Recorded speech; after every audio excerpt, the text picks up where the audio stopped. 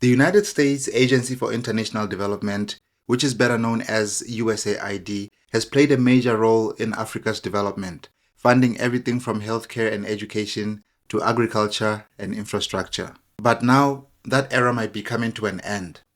The Trump administration has decided to dismantle USAID, leaving many African nations wondering what happens next. For some, this is a devastating blow, while for others, it's a long overdue wake-up call. So, why is the US shutting down one of its biggest foreign aid programs? And what does this mean for African economies, governments, and everyday people? And with USAID gone, will Africa find new partners or finally stand on its own? Hello, and thanks for tuning in. My name is Simon Bayani, and on this channel, I explore African geopolitics, history, the economy, and more. For over 6 decades, USAID has been one of the most prominent faces of American soft power. Established in 1961 by President John F. Kennedy, it was designed to promote economic growth, humanitarian relief, and democratic governance worldwide. From funding health initiatives and education programs to supporting disaster relief efforts, USAID has been a lifeline for many developing nations, particularly in Africa. But there's another side to USAID's story, one that is less talked about. You see, beyond its humanitarian efforts, USAID has long been an instrument of US foreign policy, quietly advancing American interests abroad. It's been used to build diplomatic ties, promote governance models favorable to the West, and in some cases, to exert political influence under the guise of development aid.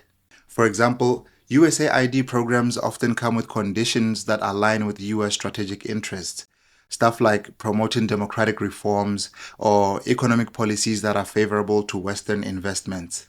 In Africa, USAID has played a pivotal role in several transformative projects. In Ethiopia, for example, the Feed the Future initiative through USAID has supported smallholder farmers with modern agricultural techniques, boosting food security and incomes. Then, in Ghana, USAID partnered with the government to improve primary education through the Learning Program, enhancing literacy and numeracy among young children. Meanwhile, in Nigeria, USAID's health programs have strengthened maternal and child health care systems, significantly reducing mortality rates. And in Kenya, the Power Africa projects, which are supported by USAID, have expanded access to electricity in rural communities, further enhancing economic growth. And now, the Trump administration has decided to get rid of USAID altogether, or at least looking to get rid of it. And this has sparked concern among countries that have long depended on this assistance. For African nations where USAID has funded everything from agricultural programs to healthcare systems, this decision feels like a seismic shift. But why is Trump making this move? And what does it really mean for Africa? To understand Trump's decision, we need to look at his broader worldview, one that is defined by transactional relationships and a distaste for what he sees as wasteful foreign aid. During his first term, Trump repeatedly questioned why the US should continue spending billions of dollars abroad, while, in his words, neglecting American interests at home. So for him, USAID represents an outdated approach, one that benefits other countries without yielding enough tangible returns for the United States. So by cutting USAID, he's signaling a shift from soft power to hard-nosed diplomacy. It's less about building goodwill and more about direct economic and strategic gains. But what does that all mean for Africa? Well, in the short term, the impact will be felt in critical areas like health, education, and infrastructure. USAID has funded programs combating HIV and AIDS, malaria, and maternal mortality across the continent. Its projects have supported agricultural innovation, clean water access, and youth empowerment. And so, without this support, many communities could face serious setbacks. Take PEPFAR, for example. That is the President's Emergency Plan for AIDS Relief. It operates under USAID, and it has saved millions of lives across Africa. In countries like Uganda, Botswana, and South Africa, USAID funding has facilitated access to antiretroviral therapy, HIV testing, and prevention programs. So if this funding disappears, these life-saving initiatives could be jeopardized, potentially reversing years of progress. But with that being said, some analysts argue that this concern might actually be overblown or exaggerated. Africa's development landscape has evolved, and USAID's dominance has waned in recent years, especially with the rise of other global players. In fact, African governments over the years have increasingly diversified their development partnerships, reducing their dependence on Western aid structures. And that's where China comes into the picture. If you are enjoying this video, please help me out by clicking that like button and consider subscribing to the channel if you haven't already. While the US has been scaling back its global commitments, China has been doing the opposite. Through its Belt and Road Initiative, China has invested billions of dollars in African infrastructure, building roads, railways, ports, and energy projects.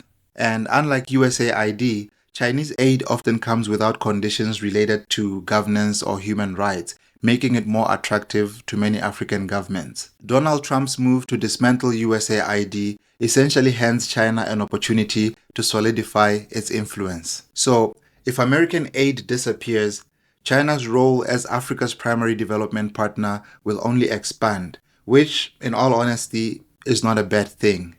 Now, while some critics argue that Chinese loans lead to debt dependency, many African nations view China's approach as more pragmatic and respectful of their sovereignty. Consider Ethiopia's Grand Renaissance Dam for a moment, a project heavily supported by Chinese investment. This dam promises to revolutionize energy access across the Horn of Africa, something USAID-funded projects could never fully achieve. Similarly, China's investments in digital infrastructure, such as Huawei's expansion across the continent, have positioned it as a leader in Africa's technological future. Be that as it may, China's growing influence in Africa is not without controversy. The debt trap diplomacy narrative, while often exaggerated by the Western media, does hold some weight in countries like Zambia and Angola, where high levels of Chinese debt have raised concerns about economic sovereignty. And yet, for many African leaders, the choice between conditional US aid and China's more flexible investment approach is very clear and has been very easy to make. But there's another way to look at this whole USAID thing, and that's as a wake-up call for Africa itself. The end of USAID underscores a harsh reality that Africa cannot afford to remain dependent on foreign aid, whether from the US or from China or any other global power. Listen to what these African leaders have had to say about this dependence, which sometimes borders entitlement. He said he's not giving us any more money. Watu wanalia. Why are you crying? It's not your government, it's not your country. He has no reason to give you anything. You don't pay taxes in America. He is appealing to his people. Even though it will hurt you as Rwanda, which depends on some US aid to fund your healthcare and development. I think from being hurt, we might learn some lessons to to do things we don't do that we should be doing. This is why I'm saying, this aid thing, which I've never been a friend of it, much as I've been a beneficiary of it.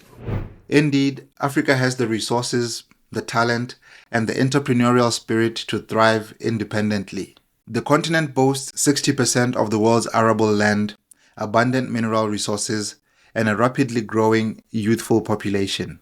Initiatives like the African Continental Free Trade Area already point to this direction, offering a blueprint for African independence by promoting intra-African trade and reducing reliance on external markets. Moreover, the rise of African tech hubs like Nigeria's Silicon Lagoon and Kenya's Silicon Savannah demonstrates the continent's potential for innovation-driven growth.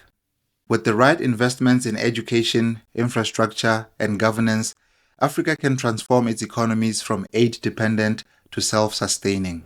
So, what does Trump's decision to get rid of USAID really mean for Africa? On the surface, it's a blow. But look deeper, it's an opportunity. An opportunity for African nations to reassess their development strategies, reduce dependency, and embrace a future defined not by aid, but by partnerships and self-reliance. Because at the end of the day, aid no matter how generous it is, can never fully replace independence.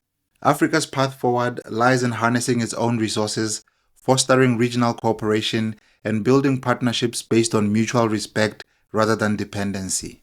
In this new era, African nations have a choice: lament the loss of USAID or seize the moment to redefine their futures on their own terms. Thank you once again for tuning in, and I will see you in the next video.